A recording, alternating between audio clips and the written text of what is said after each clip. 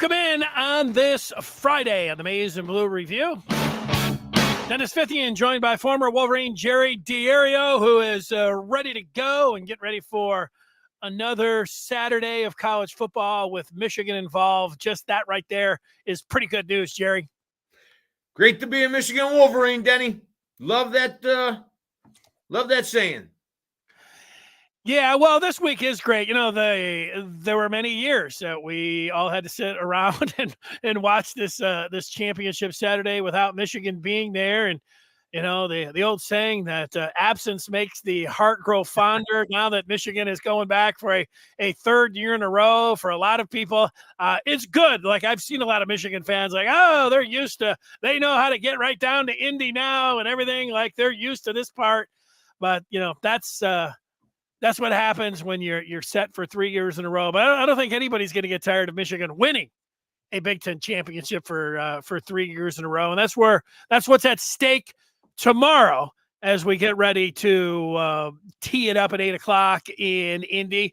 We are going to look back to this past Saturday. Jerry has not been able to weigh in on the air about Michigan beating Ohio State for 3 years in a row. I'm sure he'll have something to say about that. We've got some film locked and loaded, and we'll present that. Always looking forward to the X's and O's and arrows that Jerry will provide about Ohio State and or Iowa coming up. But we will start with the Hawkeyes, who are on tap tomorrow. They beat them 2 years ago. Michigan beat Purdue last year. Michigan's a heavy favorite, Jerry, against Iowa. What's the first thing you think about when you're thinking about the Big Ten title game tomorrow? Don't let 2016 repeat itself. This is a very opportunistic football team.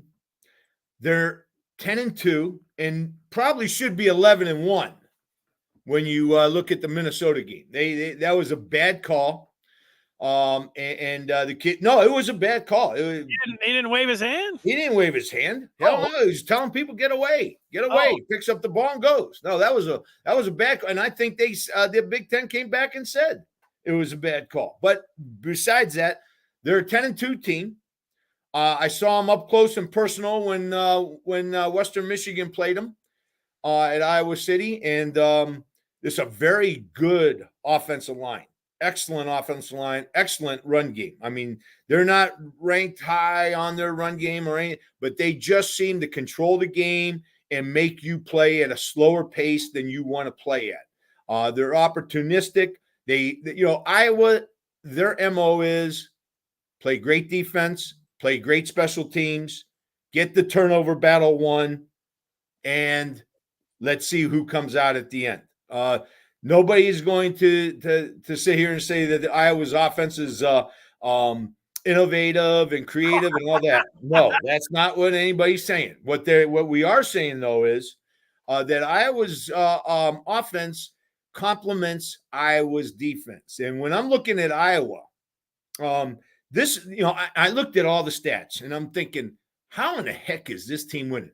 They're at the bottom on the rushing or passing category. They're not in the top in rushing. Their offense just doesn't seem like it's a very good championship team. When you look at the other side of the field, their defense, not in the top with with Michigan and Ohio and Penn State. They're always behind them. But what their defense does, and this was a stat that I was impressed with, they have what is known as the number one defensive efficiency team in the Big Ten. With that said, what does defense efficiency mean? That means keeping a team under 4 yards on first down, keeping a team from getting half of what they need to get on second down, and then getting off the field on third down. That's Iowa's MO. When you look at Iowa's defense, they're very, very sound. They play base defense. They don't get real tricky. They are gap sound. Their gap integrity is phenomenal. They play zone behind it, so it's hard to find windows to pass in. this is one of the best one of the best defenses in the country for a reason. They play sound, fundamental football, and you got to respect them. I think that because it's a championship game in Iowa, this is like their national championship. Like, we know that they're not going to the college football playoff. So, for them, this would be like winning a national championship. So some of the numbers and everything I do throw out the window. And defensively, they are pretty good, but they are behind mostly Penn State, Ohio State, and Michigan. And they didn't have to play Ohio State. Well, it might look a little bit different. And obviously, they're going to play Michigan. And the one game that I watched them play was at Penn State, and I got throttled. And Drew Aller threw 4 touchdowns against them, and it didn't look very good. They got shut out. So that was not very impressive. And, it would be a lot different feeling for Michigan fans and everyone else if Cade McNamara was under center and Eric All was the tight end, who we know is an excellent pass catcher and a big guy. But both guys are not available for Iowa. So they're hurting there. If Michigan and the Wolverines have been very good at not turning the ball over, and if they can continue that and just play their game, feel really good about being able to win this game. But, the thing is, like, Jared, what you're saying, and Jim Harbaugh, the staff, and with the seniors and what we have seen from them and heard from them over the past this season, last year, I even go back to 3 years ago, this is not a team that looks like they're going to be caught, looking ahead to the college football playoff or anything else. They'll treat this game the way they're supposed to. And so for all of that, I feel very good about, Michigan being able to prevail tomorrow night and win a third Big Ten crown in a row. Danny, I want to say a couple things here. Maybe this will put some sight on things. I want to first of all congratulate the University of Michigan's team, 144th team, the players, the coaches. I think I've said it a few times now. These guys are professional. These guys are professional players. They're professional coaches. This is a professional look-alike. I mean, they are professional. They do things. They're focused. Think about the adversity that this team has had to come over the last 3 weeks. They lose their coach the night before the biggest game of their season thus far. Then they go on the road to Maryland and play maybe one of the best quarterbacks in the country after being told that and losing their linebackers coach, their decoder, all these and then they come into to Michigan and play Ohio and beat them. So congratulations to this team. What a great bunch of players, a great bunch of coaches. God bless you. I love watching them. Their focus has been unbelievable through all this adversity. My gosh, can you imagine the stress level that this team has gone through over the last 3 weeks? Yes, unbelievable. Unbelievable. I can. And, it is people on the outside can say whatever they want. Like, oh, well, this and that. But, to have it was really the Thursday before the Michigan State game. That's when, the Connor Stallion story came out. Yeah, so we had to deal with it before Michigan State. And then, he resigned on the day before the Stallions did before the Purdue game. And then we all remember Penn State. I mean, Jim Harbaugh's flying out there, and it wasn't until 90 minutes before kickoff that the coach. Unbelievable. Yeah, I mean, that was an amazing. Like, you can say whatever you want, how you prepare and everything else, but that was classless. That was a lot of it. That is adversity that you have to go through. Nobody's ever had to go through that before. It's unbelievable. And then Maryland, it was the day before that they fired their linebackers coach. Partridge is gone. Okay. And by the way, let's remember what happened with Partridge. The story came out that he destroyed evidence. That's bull. He did not. In my opinion, what Stallions or what Partridge did was probably told the kids, don't talk to anybody, which I can't understand why that's a bad thing.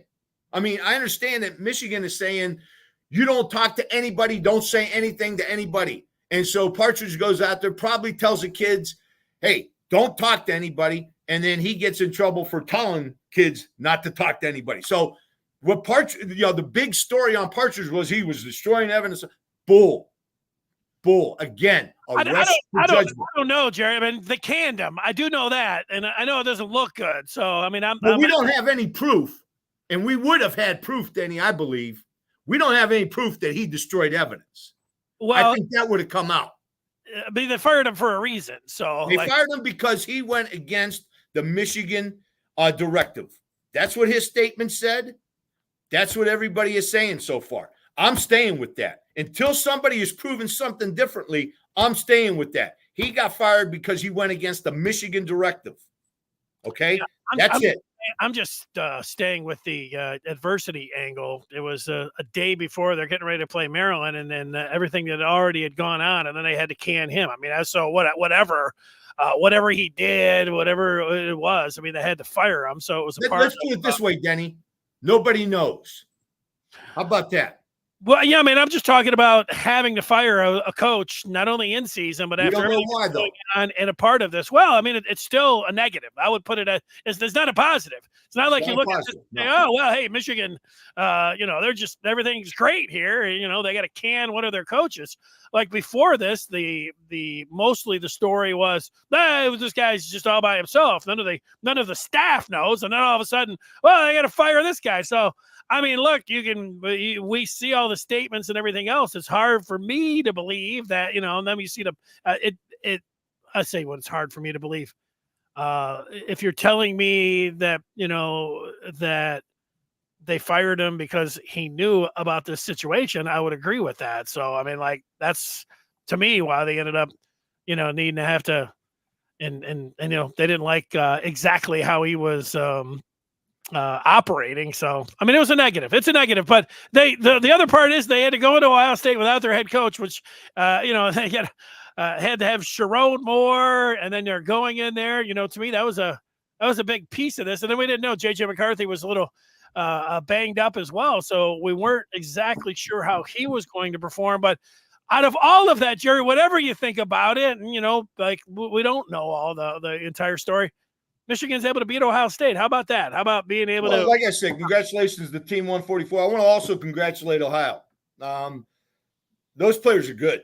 Those are doggone good players, and they're a lot better than I thought they were. I honestly thought we could win this game by 10 or more. And but Ohio played. They played their butt off. They were good ball players. They're great talent. Their quarterback, I thought, did much better than what I expected. He was darn good in this game. I think number 91 in the middle of their defensive line was outstanding. I think he's worth 4 points right there, because I don't think we really got the ground game going as well with him in the middle. So I want to congratulate the Ohio players. They played their butt off. That's a darn good football team. Congratulations on a great year. I also want to congratulate the future college football players who will reap the reward, deservedly so, if this TV revenue sharing situation goes that way. You're looking at a situation right now, and that's what this whole thing is about. That's what this investigation's about. That's what all this media outrage. Remember, this is a level 2 or maybe level 3 violation of a bylaw. That's what this is. No, this is about our coach standing up for players who deserve to get money that they produce. The NCAA doesn't produce it. The conferences don't produce it. The players produce this money. And yes, they should get the money. So congratulations to the future players in the college football world. I think they're going to reap great rewards from this. And I think the NCAA is facing a $4 billion lawsuit that could basically put them in ruin. So now those are my 3 congratulations. Michigan, Team 144, God bless you. Great job all year. Phenomenal job. Ohio, excellent football team. Fantastic football team. Great talent. Denny, I was looking at some of the pictures from last year. If you look at the pictures from last year and the year before, that's one heck of a fantasy football team. Garrett Wilson. If you take it from CJ, I mean those are some phenomenal football teams. And the other thing about this revenue sharing, everybody's, what school is going to go against revenue sharing? What school is going to sit there and say, we don't want our players to get paid from revenue sharing? That's a recruitment nightmare. That's when you got to go into a house and say, no, we don't think your kid should get money for his performances. No, this is a problem for the NCAA, and this is where they're taking on the hill and they're saying we're going to die here. And Harbaugh is the one who brought it up, so that's where we're going after. Yeah, I think there's a part to that. I think that you can be, it doesn't matter if you're Michigan or anyone else. You can just be a college football fan, and you might worry about, it's a gigantic pie, and there's a lot of money, and, who really cares, how it gets split up? Do I care if it's going to TV? Do I care if it's going to Michigan to, pay for other sports? Do I care if it's going to players? I mean, the college football fan, I don't think they care about that. As long as I think the recruits will. I think the recruits will. Well, recruits, right? Everybody wants, their own money. Everybody wants to get paid, So from that standpoint, I want to throw some other. We always can talk about, how it plays out in there. How about, nobody thinks Michigan's going to lose this game, and everybody's been talking about the college football playoff. Jerry, you can make a case for Michigan even if they lose tomorrow. Do you think they're in the college football playoff with a loss? Okay, so here's my thoughts on that. I think Georgia's in no matter what. They're two-time defending national champion. They've been ranked number 1 all year long. Nobody has beaten them. They deserve to be in no matter what. Yeah, I don't agree with that. I myself, I know they've been. It shouldn't matter. I mean, it probably does that. That they won the last 2, and it probably will matter. But if Alabama goes out and beats them, and some other things happen, there's I think one of them get in, between Alabama and Georgia, but I don't think both. I think it's more likely that. I know the SEC, and the power that they have, and everybody that was sitting in that committee, it almost thinks unthinkable, it is almost unthinkable to me to leave both of them out. But I do think one of them would get in. But I think Georgia, I think there would be a chance that they could get left out with a loss. So I disagree right off the bat. What else? We're going to agree to disagree, Denny, and I'm going to go back to it and say that Georgia has been ranked ahead of everybody. Why should somebody jump ahead of them when Georgia loses? I think if Georgia loses, in my opinion, you didn't ask me what the CFP will do. Yeah, right. You asked me my opinion. Okay. My opinion is Georgia gets in no matter what. They're the best team over the last 2 years. You got to knock them off in the 4 games that matter. I get that angle. What else? What about Michigan? Are they in with a loss? I think Michigan is in no matter what. How do you jump? Who's going to jump Michigan? Ohio State? The only way I just don't see how Michigan can be left out of the playoffs at this point in time. We don't want to talk about that. No, I wouldn't want to test fate myself. We don't want to test fate, especially with these guys. Right. I mean, I think that's what, Georgia's saying. I think Georgia's thinking the same thing. Like, hey, look, man, we're going to win 30 games in a row. We have been number 1 the entire year, to your point. We're going to lose in a championship game, to a team like Alabama. You got to put us in. I think that's the way they're thinking too, their fans. But I think when you test fate, there's 6 teams that are sitting in here. And I could see that committee going, man, if there was ever a time like they wanted to do something to bounce Michigan because all of the stuff that has gone on, I could see them doing that. Although, if we're just talking about who's deserving to be in there, I would think that even with the loss, you could put Michigan in there. But I wouldn't want to put that up to – I don't want to test that one out. Right, exactly, especially with these guys. No. Jerry, what about Florida State? Back in the 70s when Michigan tied Ohio State and Michigan had gained more yards, they had more first downs. What was it, a 10-10? Was it 73, 10-10? And they put it up to a vote, and the Big Ten voted Ohio State to go. And Bo, the story was mad as hell, was, I don't know, what did they say, running down State Street, fuming. because his team, but Dennis Franklin got hurt. I mean, that's the point of the story. Florida State's quarterback's hurt, and there's a lot of folks that are thinking, okay, undefeated, that's great, but you're really not that good of a team without your starting quarterback, and you don't deserve to be in there. There's a lot of other teams, even a one-loss team, that they would put in front of them. How do you think about that with always the thing in the back mind of your mind about Michigan and Franklin not being able to get in because of that? I don't think Florida State is I don't think you can jump Florida State if they win. If they win, they're in. How do you sit there and say a 12-0 team is not good enough to get into the playoffs? Because, okay, so are you going to say something about Michigan with Zenner out? I mean, that's a huge part of our team. No, Florida State wins, they're in. They're 12-0, they're in. All right.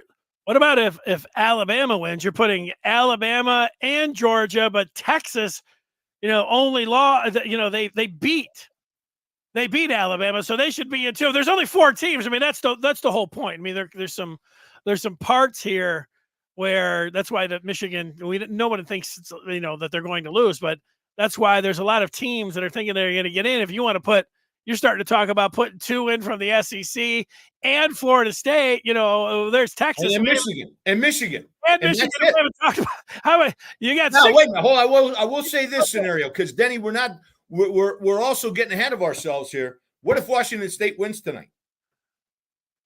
Well, they're undefeated. They're in. They're the ones in. They're in. And I should take that back. Florida State is not in if they win. If Washington State wins tonight and Alabama wins, I think Florida State's out. Okay, Florida State's out then. Yep. Okay. Yep. All right. That's my opinion. What the CFP will do, don't have any idea. Don't know. Let me throw some quick hitters at you, Jerry. Last week, Michigan beats Ohio State.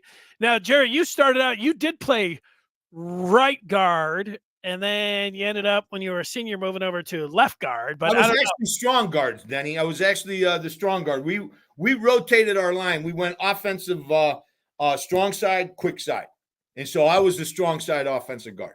But go ahead anyways, Denny, just to make clarify. I would say, you were listed as a left guard right. initially, and then when you were a senior of 12, there was a 12 next to you that you started over at right guard. But it was, semantics, maybe. Right. My point is that you already mentioned Zach Zinter, and so not only are you a Michigan fan, you're a former Michigan football player. You're from Ohio, so the Michigan-Ohio State game is going to hold a special spot for you, and you're a guard.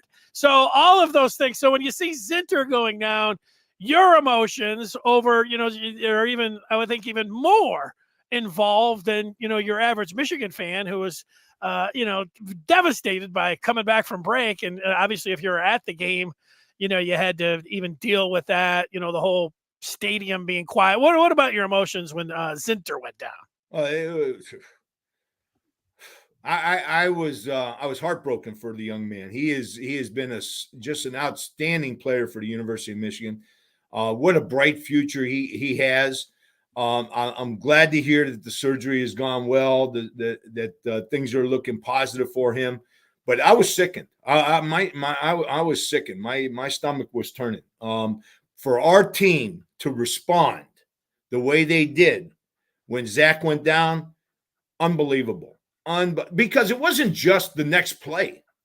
It was the 8-minute drive or a 6-minute drive or a 7-minute drive to basically seal the game.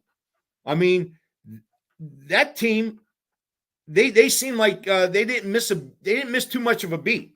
And for them to rally around Zach like that and come through in those kind of circumstances, again, what more adversity? You're tied with Ohio, 17-17, and Zach's captain, isn't he? He's the captain of the team. Yes, he is. Yes. Okay. And your captain goes down.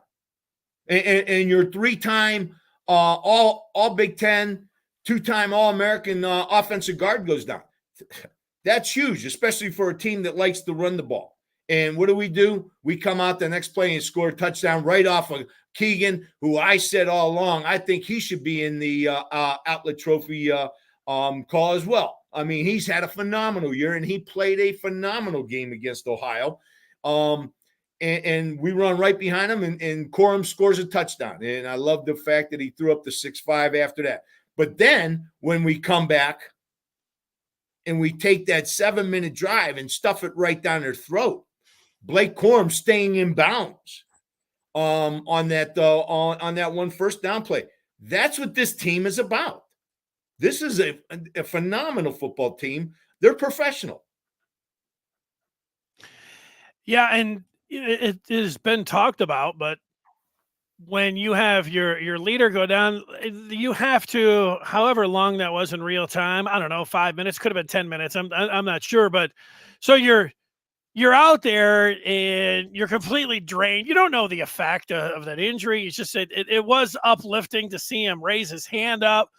That had to fire the team up, but you're already so fired up, so you're completely down, and you got to get back up. The players put it up there. Your emotions are over the place, but you have to be able to focus and get back out there and not go overboard with emotions, but be able to stay where you're at.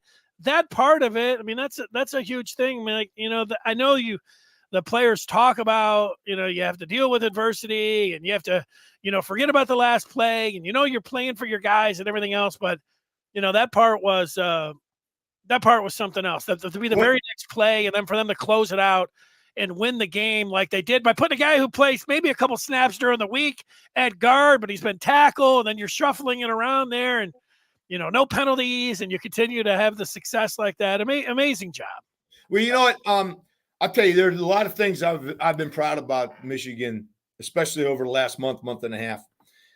But when Joel Klatt gets on his podcast on Twitter and said it was one of the most remarkable things he's ever seen, if not the most remarkable thing, that the Michigan fans, the Michigan fan base, picked that team up at that point in time. That, this guy's been all over the place. He's seen things all over the place. And for him to make that comment about Michigan fans, they're the best fans in the world. And it's unbelievable that he would make those comments about how a fan base, a stadium, completely lifted the team up in that amount of time for us to go back and finish the game. I mean, that says a lot. That says a lot. And maybe that's why a lot of guys that were on that field being recruited that day are starting to look real seriously at Michigan right now because of that fan base, because of that support. It's a good point. And, Klatt 3 years ago had mentioned what a great atmosphere it was with the snow coming down, one of the great atmospheres that he had ever been at for a college football game when Michigan beat Ohio State for their first win of these three. And obviously what they did, last year down at Ohio State, but all those games, I wasn't at these games, but knowing people that have been at these games and got down on the field, looking at the pictures and everything else, like that, I don't know, not yesterday's, last Saturday's is such a monumental win, Jerry, for everything that's going on, puts Michigan into this elite status. Of course, you can dial in now and talk about 3 more wins starting tomorrow and then the semifinal and the final, but all the stuff that was going on that to capture this one. And, these wins, I know each one of them stand on their own. They're kind of like your children, you don't love one more or the other, but man, this past Saturday without the coach and everything else. And just a, Hard to not have a bias towards this one, right, Denny? No, it's hard because it just happened. And what happens is, and this is what happened the last 2 years, like you got to go on and you validate them. If you get a Big Ten championship, man, that win gets up there and it's in this rare air, like, oh, you never take the win away anyways. But if they go out and get the job done tomorrow, the 23 win over against Ohio State, it's like, wow, this is put up there with some of the greatest wins. It's already there, but it gets validated. Then, of course, if 97's tough because they just had to win one more. But if you go and win a national championship, then you come back and you put this one up there with, it's on one hand that you're talking about. It's probably on two hands right now, that win. But, these are fun things to talk about. It was a great win, one for that you'll never forget. And it means so much when, one means so much, two means so much, three, you just, it's fun to think about all the ramifications of winning three in a row, and you still have everything out there. It's really sweet. History. Couldn't be more proud of this, of being a Michigan alumni, a former Michigan football player right now. One of the great days of my life, watching Michigan beat Ohio that day. I love it. One of the great days of your life, Jerry. I was like, hey, let's put it in perspective. One of the great days. Hey, listen, I saw my kids born. I got married, graduated. I played. This is right up there. Jerry, I think I'm with you, getting married and watching Michigan win this past Saturday. It's up there, I'm splitting hairs. Let me ask you about some other things that people are talking about. We'll get to some of the film, and we'll get to some of the feedback here. When you put it like that, sometimes, man, you just connect, and that one just went out of the stadium. I love it. A lot of people talking about, and you got tomorrow, and you got the college football playoff, and there's all this transfer portal stuff going on. But there's two people that I want to ask you about and their futures. One is Jim Harbaugh.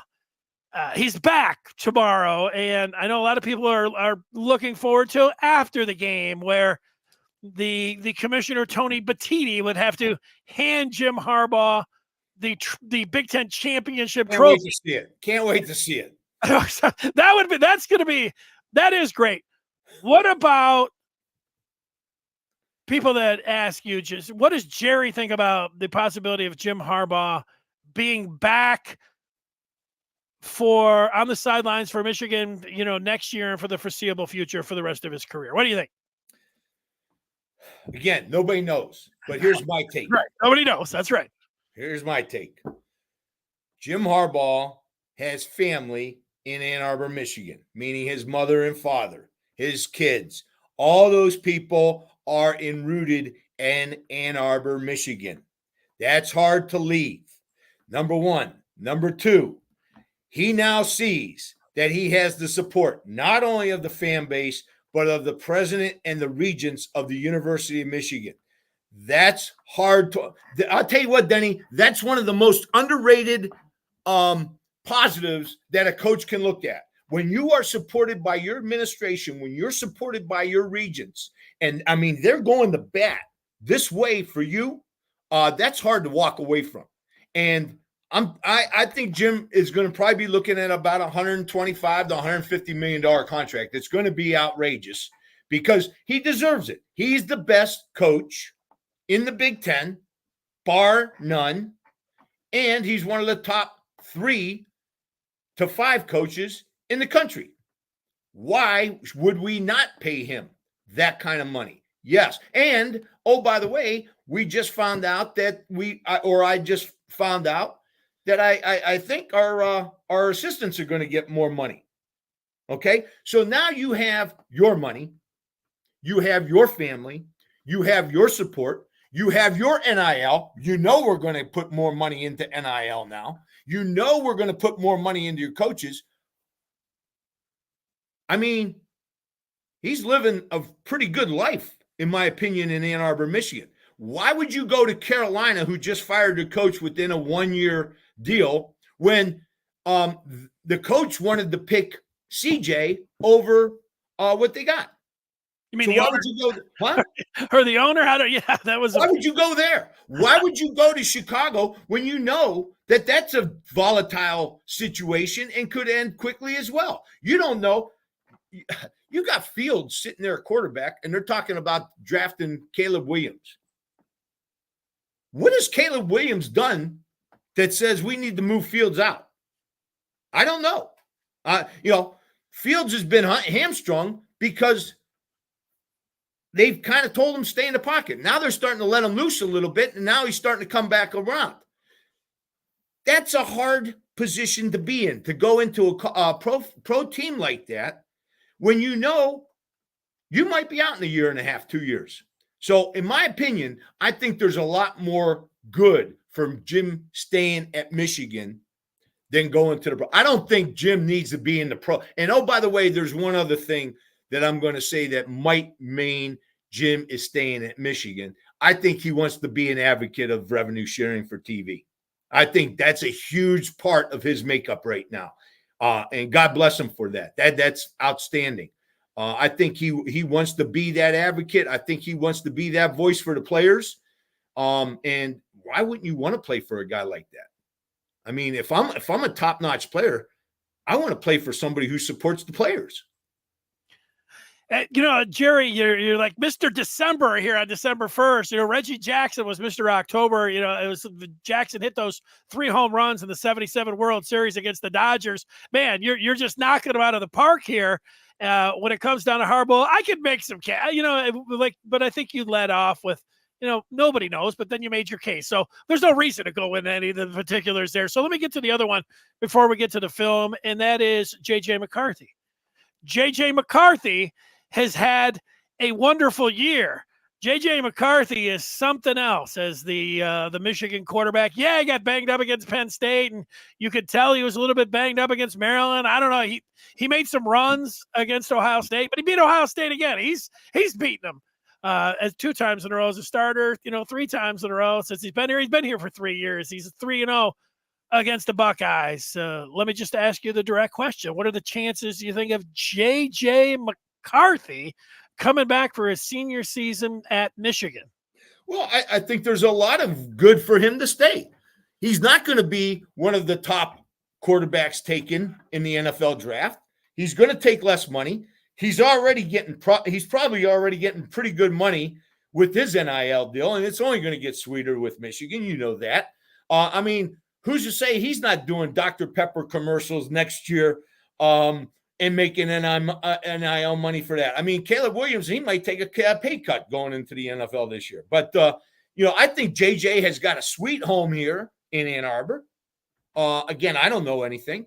I think he's got a sweet home here in Ann Arbor. I think there's a lot ahead of him in this year's NFL draft. And I think if he stays one more year, he becomes one of the top NFL drafts in 25. When you say there's a lot in front of him, you're talking about other quarterbacks? Is right. that what you're thinking? So, right. And other players, too. Remember, all those players go in front of you, you lose money. So yeah. Well, you already mentioned Caleb Williams. It appears like the one thing that JJ, out of all of the quarterbacks, I mean, the Bo Nix and Michael Penix, they're playing tonight. And, one of them could have a great game. Hell, they could win the Heisman. And then the winner's likely to get into the college football playoff. So they could have 3 more games, which is, going to be top of mind for people that are, an NFL guy. But JJ also could have 3 more games. He wins tomorrow and then goes out and plays well in the college football playoff. I don't think this is the case for him, I guess, going. He goes out and plays fabulous in the college football playoffs and shows Michigan, with his right arm and wins a national championship. I think he could be picked as high as 2. I still think I think he could move up there. Now, who knows how he's going to play? Your guess and everybody else is out there as well. And then I think he would be compelled, even with a Dr. Pepper commercial and everything else, with the amount of money. I don't know. He's a different guy. Maybe he can stay around there. But I think if he is looked at as a top 10 or 15 pick, I think he would likely go. But, there's scenarios there, like what you're talking about. There's Nix, there's Penix, there's Shedeur Sanders that is out there. Obviously, Drake May. I'm not in love with him from North Carolina. I don't really see, what everybody's so gaga on about him, but I do see what Caleb was. So there's like 5 guys. And, if you're not going to be in the top 5, I mean, there's your case, right? Exactly. Yeah. That's it. Now let's take some of the feedback here that is coming in. Vince is let's see. OT's talking about the national championship, and he wants the easiest road. What do you think the easiest? Don't we all, OT? What's the easiest road, Jerry? Iowa, Minnesota, Michigan State. That's the easiest road. Well, no, what about The Iowa, easiest road, Florida in all State? seriousness. Okay. The easiest road, in all seriousness, I think Florida State and Washington being in there. I think that's the easiest scenario. Okay, I'm with you. With Georgia, I think Washington and Florida State would be the easiest scenario. All right, and there are a lot of people talking about how sweet it would be to beat Georgia. And Vince says beating Georgia in the final. I do like Michigan having to play whether it's Oregon or Washington. Of course, if we can handpick it, it would be Florida State without their quarterback. That is the easiest road. But let's say the most likely road. I mean, Georgia is the favorite. Having Michigan play, let's say, Oregon or Washington in the Rose Bowl for a semifinal on New Year's Eve, Jerry. I mean, I don't know. We're sitting around talking about some of the greatest things. And, that one, just the setting. I know, the Rose Bowl and what it's like out there. Talk about all the emotions that would be, I don't know if we can handle it. Of watching Michigan. It's just close to happening too, Jerry. It's that close. I mean, it very easily. In fact, that's the likely scenario of Michigan playing in the Rose Bowl against the winner of Oregon-Washington tonight. How about that? Isn't that fitting that the Pac-10 is dissolving and at the end of it all, the Big Ten and the Pac-10 are matching up in the Rose Bowl for the national championship? How much more fitting can that be? I mean, that's the perfect scenario for where we're at. Yeah, I would just say, there's going to have to be a lot of pinching going on because people are not going to pinch me. They're just not believing reality. All of this, just how great it is. And now, here's Rob saying, "Watch out." He's playing the watch out card. Jerry, how about the watch out card? Absolutely, absolutely. First of all, you're in the Final Four for a reason. You're in the Final Four because you're good enough to be there. That means you could probably beat any team in the country on a given day. So absolutely. I thought we did take TCU a little bit for granted last year. I thought there were some things that I wasn't crazy about in that game. No question about it. You got the four best teams in the country. Anybody can win anytime, anywhere. So that's where we're at. You're better. Absolutely. We can't look forward. We can't look past Iowa tomorrow. No, we can't. You can't. I can. And Richard's looking past them all the way to the national championship game. Says if Michigan wins the Natty, you can lose both Harbaugh and JJ McCarthy. Look, Richard, it could happen. There's a lot of moving parts and a lot of scenarios, but that particular piece, if Michigan wins it, you can't be too sad. There's a lot of things going on, Jerry. Just think can I say something to that real quick? Yes. Yeah, please. I'd rather have that problem. When I was in sales, they used to say this. I'd rather train a guy and lose him than not train a guy who makes mistakes over and over and over again and keep him. So if that happens, God bless them both. Congratulations. I kind of lean in my way. Jerry, I'm thinking of and this might sound a little crazy. I'll just throw it at you and you tell me. How about JJ comes back? Jim Harbaugh comes back. Michigan wins the national championship, and the kid from Belleville, Bryce Underwood, decides that he's going to commit right before the national championship to Michigan. Those four things. Now, I don't know if all four are going to happen, but they're in play. I mean, how about that? Oh, young man from Belleville, it's great to be a Michigan Wolverine. Abso-freaking-lutely. That would be a phenomenal situation. But remember, Denny, one of the things, I think this is probably the most important thing. We have an offensive line that is seasoned and dominant, and we are losing them. That's a huge loss. We're going to have to go, I don't know, maybe we've got and Sharon Moore is a phenomenal offensive line coach, and he says, hey, we're loaded. We got backups. We're ready to go. We got the linemen, okay? That's the scenario that I'm most interested in the offseason. if Jim stays, if JJ stays, if we get the young man from Belleville, we need to because our defense is going to be very good next year. We have a lot of returning parts on our defensive side. That's a huge thing. Offensive line is probably my biggest question mark going into next year.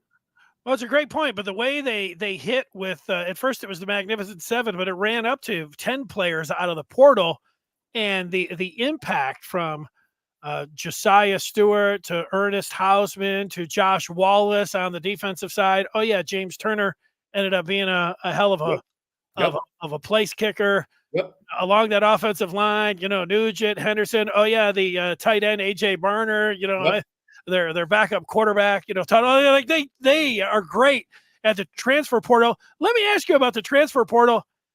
I sat around on this very feed here, and I don't know if I was acting like a fool, but I was promoting this quarterback out of Detroit, Dante Moore, and how they had to have him. Like, this was key for the future for Michigan to get Dante Moore. And I spent months, talking about Dante Moore coming into Michigan, Dante Moore, this, Dante Moore, that. And then they lost him to Oregon and ultimately to UCLA. But Dante Moore, Jerry, is in the transfer portal. Do you think Michigan, how would they approach Dante Moore if Jim Harbaugh, has got his phone and it says Dante? What's Jim? I don't know if he can talk with him. Maybe he can once it's official on Monday. But what's the conversation with Dante Moore like if you're Michigan? Well, first of all, I want to tread that one cautiously. I mean, here's a young man who committed to Oregon, went to UCLA, and 1 year later is in the transfer portal. What's to say he comes to Michigan and the next year he's gone again? I mean, I think Dante Moore has got some questions to answer. He's got a lot of serious questions to answer. And I would tread that one very cautiously. I think we've got good quarterbacks in the pipeline. I think the young man out of Belleville, we should go after heavy. I would love to see JJ stay, but Dante Moore, I think we should cautiously look at him. Cautiously. Yeah, I agree. I think if Dante is talking, if the first thing is out of his mouth is what's the NIL package look like, then you might be like, hey, go to Michigan State. Maybe they can throw you a big and the quarterback is such an important position, and I never used to really think that, to be honest with you, especially in college football. You had quarterbacks running the ball and stuff like that. And, I always thought, the game's won and lost up front, and I still believe that. But after watching the quarterback play JJ this year and some of the other quarterback play Georgia the last 3 years, this Stetson didn't do anything but manage the game. And that's all he needed to do. And he made plays when he had to. And so quarterback is a very, very important position, but I don't think you sell your soul for somebody who's got this kind of baggage. Well, and the baggage I'm not as down. There's a lot of fans that are down on, they're always talking about bag chasers and they're taking the money. The money's there now. If you're looked at as a top 5 QB in your class, like Dante Moore was, who am I to say that, going for the best deal and getting the most money while you can is really a bad move. But to your point, like he went to Oregon, and I know Michigan thought that they had to beat over $1.5 million. And so I would think, it's just me talking here, that UCLA had to do more than that for, him to end up going there. And so maybe he's got that part where, he's got his money and now he's thinking, hey, now I want to go, into the best place for, to play football. And maybe that could be back home, but maybe he's out there thinking, now I want to get another payday. I want to just get as many paydays as I can. Maybe he gets to the end of his, his eligibility in college, and he's a multimillionaire. And I know, he could miss out on hundreds of millions, but he could also walk away with 10 million and never play it down in the NFL. And I don't know. So, that's not the worst thing for him, but But the part about him going 2 places and now, here's a third in just a year, what would you say? You had to tread cautiously with him. I think that's. I think we might want to look at him in year 4 or 5. Yeah. Yeah, well, we just went through the baggage, OT. The baggage is just, place to place to place. It's that used to be something that was looked at like, hey, with this guy every year, these guys are going somewhere else. I think, OT, with quarterback, it is something. It's different if you got a corner that's sitting out there and you say, hey, bring him on in and whatever, guys that are in different places. The quarterback, though, it is something. And you're constantly is every day your evaluation of these players. I don't know if every day it changes, but, it can. And, being around and, thinking about it. Let me address OT real quick. Yeah. Okay, OT, I have no problem with this young man seeking as much money as he wants. Okay, I understand you might make a decommit and go somewhere else. I understand that. What I'm saying though, OT, is this is going to be the topic consistently if he comes to your school. What's he thinking? Is he ready to leave again? What's he doing? I don't think this is needed in the locker room. I don't think that's a good locker room setup. I don't think that's a good coach's room setup. When you're constantly worried about this young man, what he's doing and what he's thinking, that takes the focus off of what you really need to do, and that's beat Ohio, Penn State, now USC, Texas. That's what the focus should be on. And it is a fine line. I think, however you're getting into the new age of college football with how you either have to promise or how you at least have to say, hey, here's the NIL package that you can happen, but and how it can, be there for you. But if Dante Moore gets on the phone and he is saying, look, I just want to compete. I made a mistake. I want to play for Michigan. To me, that's a little bit different. That's a different scenario. Yeah, it all depends. Scenario. What he I said. want to play for.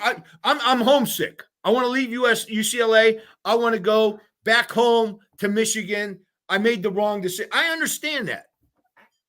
But when you jump, and always talking money, I think that's a red flag.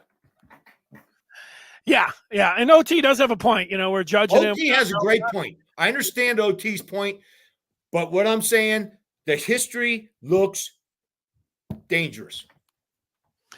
All right, Jerry, how about some film? We can sit here talking with the people all day, Absolutely. I love it too. I love talking to the people. They're out there. Michigan fans are the best. And it's a great time of year. We flip the calendar, get the Christmas tree up, Michigan playing in the Big Ten championship game with a victory over Ohio State. We're all good to go there. Right now, I don't know. It could stop raining, I guess. I guess we're always looking for a little something here or there. I'm ready. I'm ready for the film. Let's go, Denny. Sure. Right, let me say that we do have that. We also want to thank Quick Cut for their video and analytics. Jerry, it's up. And you can work with it. You got to enlarge it on the screen, though. Yeah, I do. How do we do this, Denny? How come I think it's right there. How come? Are you clicking it? It's not going. Sometimes you can take that off the screen and then put it back up, and then it'll work for you. Why don't you try that while I just tell everybody one thing here? Say that again, Denny. What did you want me to do again? I want you to X out of it and then bring it back up. Because then if you're not able to enlarge it, I think that could work for you. Stop sharing, you mean? Yeah. Now you did. Now bring it back up there. Let me just tell everyone that with the holiday season rapidly approaching, and if you're looking for something for the Michigan person in your life, there we go. I have got it for you. Jerry's got it for you. All that transfer portal news. Michigan beating Ohio State 3 years in a row, Big Ten championship game, college football. I mean, what a present for the Michigan fan in your life. And that might be the one that you're looking at in the mirror saying, what a better present that I could give to myself than the present of the Maize and Blue Review. Go to michigan.rivals.com. We would love to see you on there. Give us a shot. We're talking about Michigan all day and all night. How about that? Now we go to the game that will live on for ages, no matter how old you are, and we're going to watch Jerry take us through some of the big plays in that game. Have at it, Jerry. Okay, first of all, Denny, what I want to say right off the bat is this early 3-and-out was more important, I think, than people want to give it credit for. I remember when Rich Rod was here in his first year, he had Scott Schaefer as his defensive coordinator. Scott is a great guy, and he was a good defensive coordinator. Worked for Jimmy Harbaugh at Stanford. But when Rich Rod played Ohio State, I think they had like 5 or 7 possessions in the first quarter. What does that mean? That means the defense is seeing your offense and knows what you're looking at, but it also means that their offense is seeing what your defense is doing. When you get off the field on defense, you're taking them away from what they want to see. They want to see your offense 3-and-out, 3-and-out, 3-and-out, 3-and-out, and they want to know what you're doing. And that's why it's so important to get off the field early. This was a phenomenal drive, especially when they come back with a hurry up after this. Let's watch, I think, is this Jenkins? Watch him ricochet off their offensive tackle, come down and make the play. Watch Graham take up 2 offensive linemen so that I think this is Sanders still, comes up and makes the play. And then watch Harrell just stone this offensive tackle, keeping the hole from expanding. I got these dots here because we see I think this is Barrett. That's what his key is. And that's what Ohio State is looking at. What is this guy going to do when he goes across the formation? And that's what they're looking for. That's what all this game management is about. Look at Graham. Look at Graham. He just takes up 2 defensive tackles. Watch Jenkins. I used to call this ricochet. You ricochet off and come back down the line. He plays into it and then right down the line, nice and flat, and makes the play. Sanders still's there. Now, what do you have? You have a 3rd and 6 or 3rd and 4, which is more of a passing down, especially for Ohio State. For Ohio, you got more of a passing down. So now we just set their offense in a bad situation. That's one of those defensive efficiencies that I was talking about that Iowa does. That's so important. That's a great play. Excuse me, I think that was Junior Colson in there. 25 reading that move. But now here we go. They're hurry. Well, their tempo. They're picking up the tempo. This is, we're going to catch Michigan off guard. Well, tempo can also screw you up on offense. How many times do we see teams come out in tempo, try to get that 1 yard, and something screws up? A fumble, a missed block, an offsides, an illegal motion, something. Tempo is tough. You better do it a lot to do it well. And in this situation, they go empty. They're going fast tempo. They're trying to catch Michigan off guard. I think what it did was it caught their quarterback and their receiver off guard, because right here, bang, that play, he knows, McCord knows that's a possible interception right there. McCord knows he got to throw it behind him.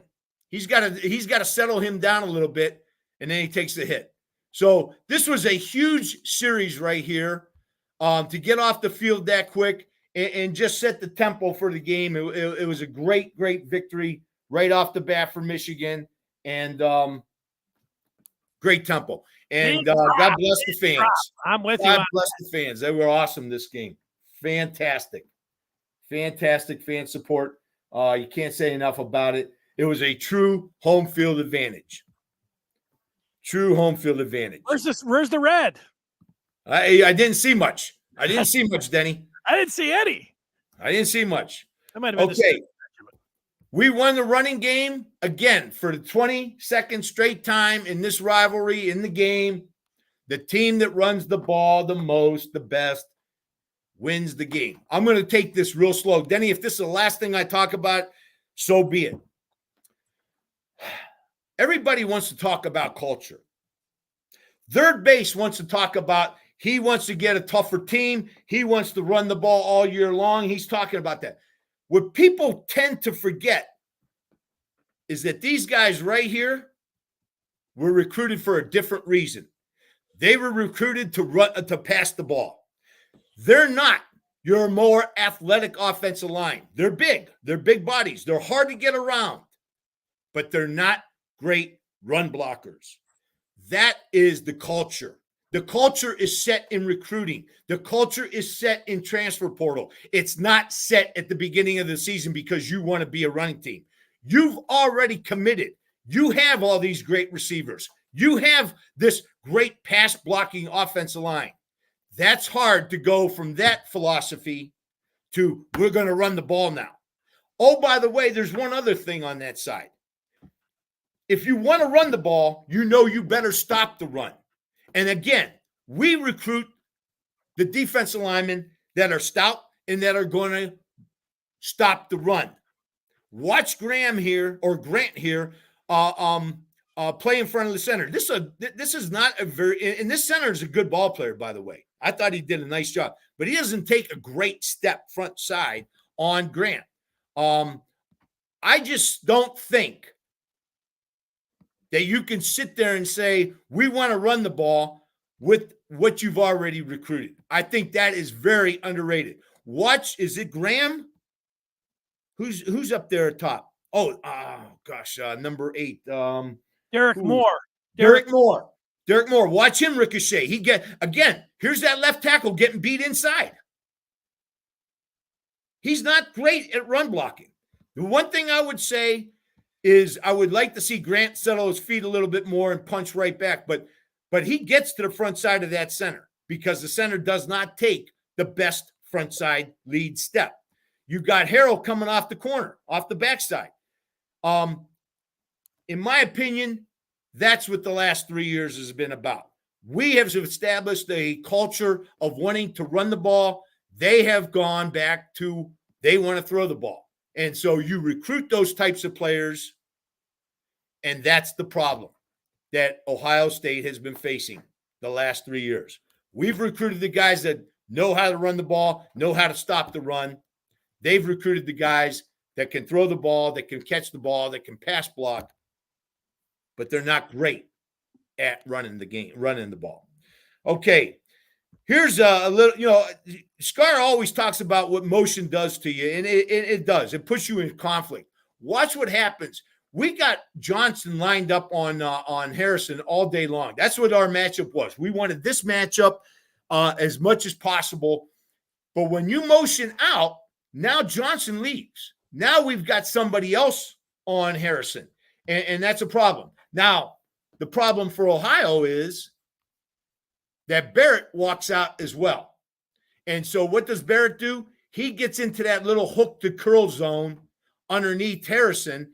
Harrison makes the wrong move. I think McCord was right here with the throw. I think he needed to go outside because if he goes inside, I think Barrett's there for a possible pick. Barrett's right on it. Something about Harrison, I don't think he was totally into the game at the first. I mean, obviously he had a great game after that. But you look at this first quarter, there was something missing there with him. He wasn't himself. That's what I would say. He just didn't look. He looked confused. He looked like what? This ain't what we talked about. So, just looked a little bit different. I was thinking he was looking at McCord saying, I got a linebacker on me. This is good for 20, 30 yards, and you threw it at my feet. But I don't know. Well, Denny, there's a linebacker on him that we see, but we also don't see a DB over top of him. Okay. So that was a dangerous throw. That was a dangerous route right there. If he throws it inside, I think Barrett has a pick. I think Barrett makes a pick. All right. Again, there's confusion on their side.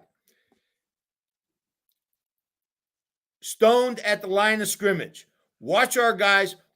Stewart, great punch on the line on the left tackle. He comes down and punches him. That constricts the rule. Anybody can say you're responsible for C gap. Okay. Well, I just jump out and C gap. I'm there, right? That's not what they're talking about. What they're talking about is you got C gap, but you want to constrict B. You got A gap, but you want to restrict B, or the opposite A. Okay. And that's how Michigan plays defense. They restrict the adjacent gaps, and that makes hard running lanes for the opponents. Watch Stewart just manhandles the right tackle here, throws him around. And that's my example of you're recruiting pass blockers. You're not recruiting run blockers. Watch Mason Graham. He just muscles this right guard right back into the hole. And so he's playing two gaps actually. And that constriction right there stops that play. That's how you stop a run game right there. You constrict, and this kid has had a heck of a year all year. You constrict, you play your gap, but you restrict the adjacent gap. That's what we always used to tell our players. Just because you are a C gap player doesn't mean you just jump up in the C gap. You have to constrict the B gap. This kid has been phenomenal. He's a weapon. He is a weapon. Tom Doman is a weapon. Let's think about his last 2 weeks. He puts the ball inside the one against Maryland, which we end up getting a safety and end up icing the game. Here, he switches the whole field position and creates a 71-yard punt and puts them on the 20. Now they're back to their field position is not good. Later in the game, or later in the half, and I don't have it, later in the half, he puts one inside the 3-yard line. What did that do? That made it 17 more yards that the offense had to get in that last drive right before the half. What ended up happening, Denny? They missed the field goal, which I thought was poor time management because I thought he had another play. I thought he could have run the ball to the right, put the ball more in the middle of the field, and maybe got a couple yards, and I think he could have made that field goal. But that was poor time management. But basically, it was set up because of this guy right here making the punch that he made. That's a 71-yard punt, and I don't think you can underplay that at all. That was a huge, huge play right there in the game. Special teams, Denny. All right. Here's one offensive play I want to just show. Great combo block and a great pin by Zinner. This is phenomenal. We put Barner in motion here. That brings the linebacker downhill. He's got to play downhill now. He's got to play that ISO, that inside zone play. Watch what we do to the offense. And this is, it's not a great run. It's not a great play, but it's good enough. It's good enough. It puts us in that position where 3rd and 4th down are now on the table. That's a nice 3-yard run right there. Watch Zenner. He just pummels the Ohio State linebacker. Watch him. Boom. That's their All-American or All-Big Ten linebacker on the ground right there. Zenner just destroyed him. Watch Keegan. Keegan makes a great block. Picks up that blitzing linebacker. Watch Nugent. Nugent stones his guy. So great job by the offense picking that up. And that's a great job by Barnhart there too, getting inside that 3 technique with Zinner on that combo. That's a huge block by Barnhart right there. So even though it was just a 3-yard gain, it's a huge play because it puts us in a position where 3rd and 4th down are now on the table. We can still run the ball. Okay. Great job by Jones here. He gets inside their defensive end. Corum makes this linebacker think he's going outside in this gap, so he steps up. Great lead block.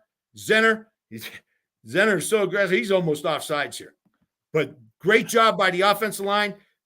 Best 1-yard team in America right there, Denny. I think I've called that a couple times, haven't I?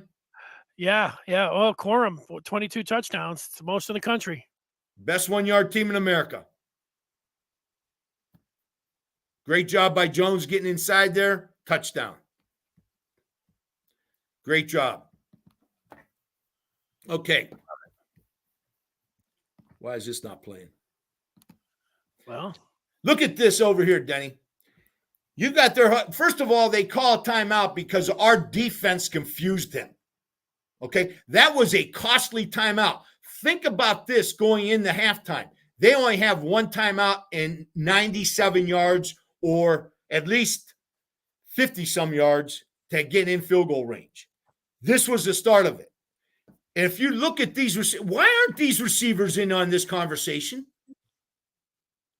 Why are they not? They're not talking to coaches. They're talking to each other. Why are they not in here listening to this conversation right here?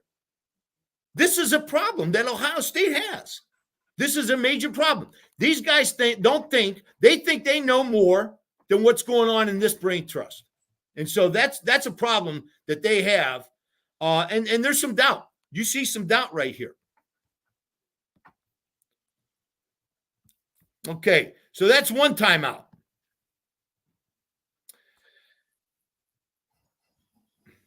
Great play by great stop, costly timeout on this series. Phenomenal job right here. And this is, again, we've seen this before. I've talked about it before, Denny. This is Palms coverage right here. Watch the corner come off of the wideout receiver and sit on that out route. Watch it. And third base is over here complaining to his quarterback. There's nowhere to throw the ball.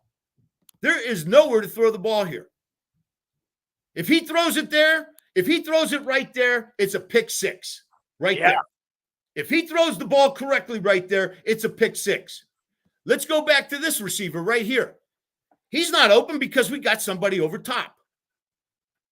So whether third base was talking about maybe he should have looked on the other side of the field or what, this ball was a good throwaway ball. And that's what I'm talking about. This quarterback, he had a very good game because this could have been a pick six right there. That could have been going back the other way. And we've seen it this year. Right, Denny? We saw it against Minnesota. Okay. And this was the second costly timeout. Here comes Michigan. We bring in our big boy, Trente Jones. So they think, okay, we got to get all these run stoppers in. They got 5 defensive linemen. 1, 2, 3, 4, 5. 3 linebackers. 1, 2, 3. And here's the 9th guy up on the line. The problem is, look at the personnel we have on the field. We've got Donovan Edwards, who's a great pass threat.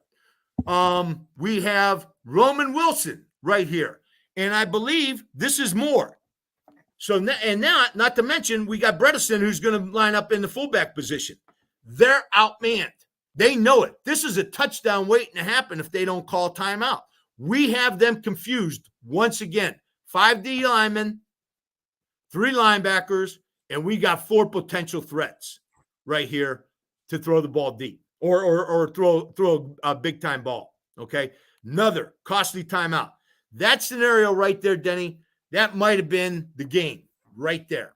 Those timeouts, those personnel adjustments that they weren't prepared for, that's being outcoached, and that's outcoaching the opponent. Our coaches did a phenomenal job this day. They outcoached this team. Phenomenal job. And that's all I got for the Michigan game, Denny. We got some bad film on them, but that's all I got for the Michigan game. Would you like to talk about Iowa? Throw some in. We got a couple minutes to go. Let's do it. Let's see if I can get Iowa thrown up here right away. There we go. Just like that? Just like that. We got it. Okay, let's see if I can expand this. Okay. Iowa ball. Number 21, Caden Wetchen. 4th in the conference in runbacks. Okay, that's Iowa ball. Play great defense. Play sound defense. Stop the opponent and play great special teams. This kid's a good ball player, and they're missing one. This Cooper DeJean that got hurt, and he's the one that returned the ball against Minnesota. This kid was special. I saw him at Western Michigan. He's a good ball player. That's a huge loss for them. Yeah, that kid's a good ball player. But they that's what they pride themselves on. They're gonna play great defense, and they're gonna play great special teams. Okay. Here we have Deacon Hill, transfer from Wisconsin, replacing Cade McNamara. pretty decent quarterback. Nothing to brag about. But he plays within the system. They try to play him within the system, and I think he does a decent job there. Iowa's defense. They don't blitz a lot, Denny. This team does not blitz a lot. They play 4 down linemen. They show they're going to blitz a lot. They come up and look like they're going to blitz a lot, but they don't blitz a lot. They play a lot of good base defense and a lot of zone behind it. This Jay Higgins leads the conference in tackles, number 34, and he's all over the field. He's making plays all over the field. Watch him ricochet out here. He bounces out. Yeah, it's a little bit more than the first down needed, but this kid makes plays all over the place. He's a good linebacker, and we've got to be prepared to have a hat on him all day long. Okay, Iowa loves their tight ends. And remember, Denny, these are tight ends number 3 and 4. Iowa has already lost Luke Lachey and Eric All, both big-time tight ends. Remember, look at all the NFL tight ends that are in the NFL with that came from Iowa. They have a lot of good tight ends, and here they come in with their third best tight end, Addison or Strega, and he's a capable ball player. He blocks well, he catches well, and he runs decent routes. And so they're going to get the ball to the tight end, and they're going to play possession football. Great catch in traffic right there. Man, okay. Hot. What's that? That was hot, man. He had a guy in his face and kind of out of traffic. Right okay. Here's Iowa's. This is also what they're known for. Iowa's known for their offensive linemen, and Ferentz, the offensive coordinator, is one of the better offensive line coaches in America. Kid yourself not. This guy knows how to produce offensive linemen. He knows how to get them prepared for the college game, and they end up prepared for the professional game. They've had a lot of great linemen in the NFL from Iowa. That's a good offensive line coach, great offensive line coach, and they do a nice job. Look at the protection there. That's good protection right there. Remember, Nebraska's defensive line was pretty good when we saw them. Okay. Again, good protection. I don't know why I had that down. I think it was the next one. Okay. Iowa, punt team. What do we talk about? Defense, special teams. Defense, special teams, fumble. We cannot afford to turn the ball over against Iowa. That cannot happen. Remember, when we lost to Iowa in 2016, there were a couple reasons. We had 2 fourth-down penalties on punt block, so that was a problem.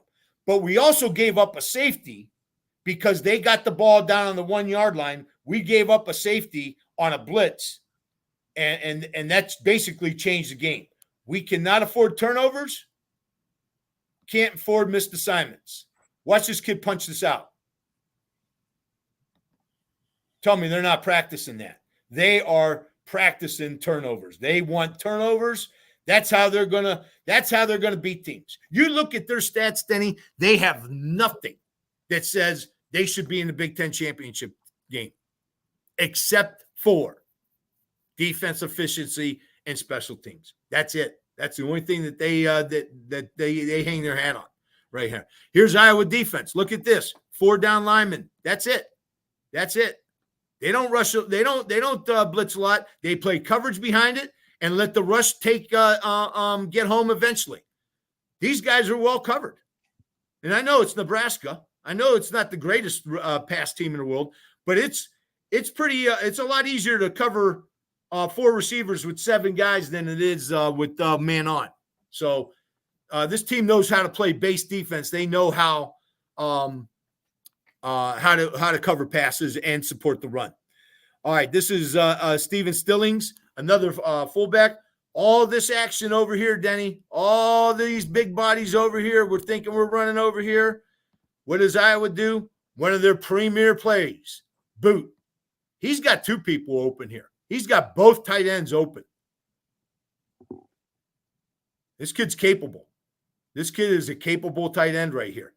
They they have a tremendous amount of tight ends play for Iowa. And that's their recruiting base. That's their strength. That's what they're going to do. Yeah, if you're a tight end or a punter, you want to go to Iowa. Well, you want to think about it because Michigan's pretty good at tight end too, Denny. Good point. Right? Oh, yeah. Sebastian Castro, this guy sealed the game against Iowa State with a touchdown return, INT touchdown return. This kid's a ball player. This kid is one of the best. You look at him, he is near the ball all day long. This kid is a good ball player, fundamentally sound, and he's opportunistic. He's going to make plays like this. This kid is opportunistic, and he's been that way for a number of years. They love him in Iowa, and he plays good football. He is a good football player. We have to be cautious of him. He makes plays that helps the offense. He makes plays that help the offense. They're missing Cooper DeJean. Cooper DeJean is one of the best return guys in the country, one of the best corners in the Big Ten. This guy was a great ball player, and they're missing him. This is Nebraska taking a shot down deep, and they hit it. And I think one of the big reasons is because they're missing one of their best players, Cooper DeJean. That's a big loss for Iowa. And there you go, touchdown. Again, your big boy offensive line. This is Caleb Johnson. He's their number 2 running back. Good, solid running back. He just, he moves the ball forward. That's what they do, Denny. That's what they want to do on offense. They want to move the ball forward. Watch their tight end and tackle just destroy this linebacker over here. Poor kid gets double teamed by that kind of weight. Look at him. Watch him. Whoop. There goes that nickel ride. Did you see that, Denny? I did see that. Watch that nickel ride. Oh, geez. Here we go. That hurts. That freaking hurts. Okay, and this is their big boy. LaShawn Williams, good running back, solid running back. He finds holes, and that's what they want to do. They want to give him the ball and let him make plays. And this kid's capable. We have to stop their run game. We have to stop their run game. That's it, Den. Hey, well, Michigan's got the best. They got the best defense in the country. So I like going into the game with that. Got a good chance for it. Jerry, great job. You hit a home run and everything. I don't know if you're going to be able to hit 5, 6, 7, 8 home runs every time you come on, but you did today. Great job. I look forward to talking with you next week. Denny, thank you. Hail to the victors, and you always do a home run job, Denny. You always are on it. Thank